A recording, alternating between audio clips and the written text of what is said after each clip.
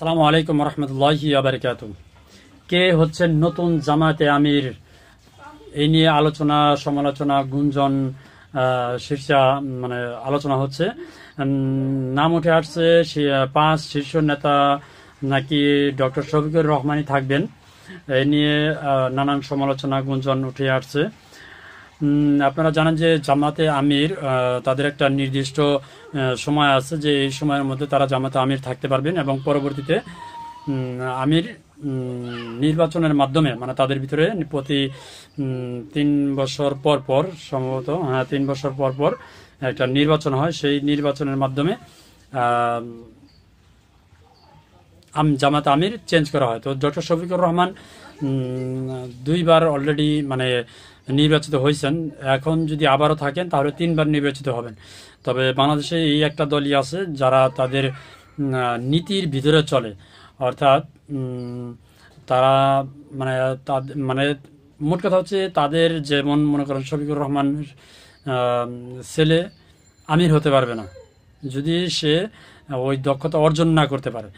যেমন আওয়ামী লীগ, বিএনপি বা নাঙ্গল বা আরও যারা আছে তারা কিন্তু নেতার ছেলেই নেতা হয়, অর্থাৎ এমপির ছেলে এমপি, মন্ত্রীর ছেলে মন্ত্রী, এরকম। কিন্তু এই জামাতে এরকম সিস্টেম নাই, অর্থাৎ আপনার দক্ষতা আছে, আপনার দক্ষতা এগিয়ে যাবেন, আপনি হয়ে যাবেন, কোনো সমস্যা নাই। কিন্তু বাপের ছেলে হতে পারবে না, এটা হচ্ছে জামাতের মূলনীতি। তো এটা আসলে ভালো, দলের জন্য ভালো। তারপরে আসলে একটু বিস্তারিত দেখি। 5 অক্টোবর থেকে 15 নভেম্বর চলবে এই ভোট গ্রহণ। দলের রোকনরা ভোটের মাধ্যমে নির্বাচন করবেন আমির কে হচ্ছেন নতুন আমির। দলের ভিতরে বাইরে এ নিয়ে চলছে নানান গুঞ্জন। এর মধ্যে আমির নির্বাচন আলোচনায় উঠে আসছে 5 নেতার নাম। কিন্তু ভোট গ্রহণের আগে নেতাদের নাম গোপন থাকে, তাদের আর এই নাম গণমাধ্যমে প্রকাশ করা হয় না। 2020 সালের 5 ডিসেম্বর শপথ গ্রহণের মাধ্যমে শুরু হয় তার প্রথম মেয়াদ ডক্টর শফিকুর রহমানের, এবং পরের 2022 সালের 27 অক্টোবর দ্বিতীয় মেয়াদ পূর্ণ নির্বাচিত হন তিনি। এবার নির্বাচিত হলে এটি হবে তার টানা 3য় মেয়াদ।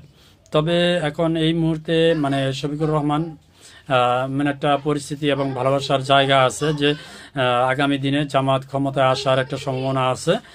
তো এই মুহূর্তে আসলে তাকে বাদ দিয়ে অন্যজন আমির করা ঠিক হবে কিনা এটা জামাতের লোকেরা ভালো জানে। কারণ একের পর এক যেই উঠে আসে তিনিও কিন্তু একের পর এক দক্ষতা অর্জন করেই আসে। তো এই বিষয়ে জামাতের সহ সেক্রেটারি জেনারেল মিডিয়া বিভাগের প্রধান অ্যাডভোকেট এহসানুল মাহবুব জুবায়েদ বলেন, এবারের নির্বাচনে 2026-28 মেয়াদী জন্য নতুন আমির নির্বাচিত হবেন। জামাতের নির্বাচনে কোনো নির্দিষ্ট প্রার্থী থাকেন না। মজলিস শুরা মনোনীত 3 সদস্যের প্যানেল ঘোষণা করা হবে। রোকনাররা এই 3 জনকে ভোট দিবেন।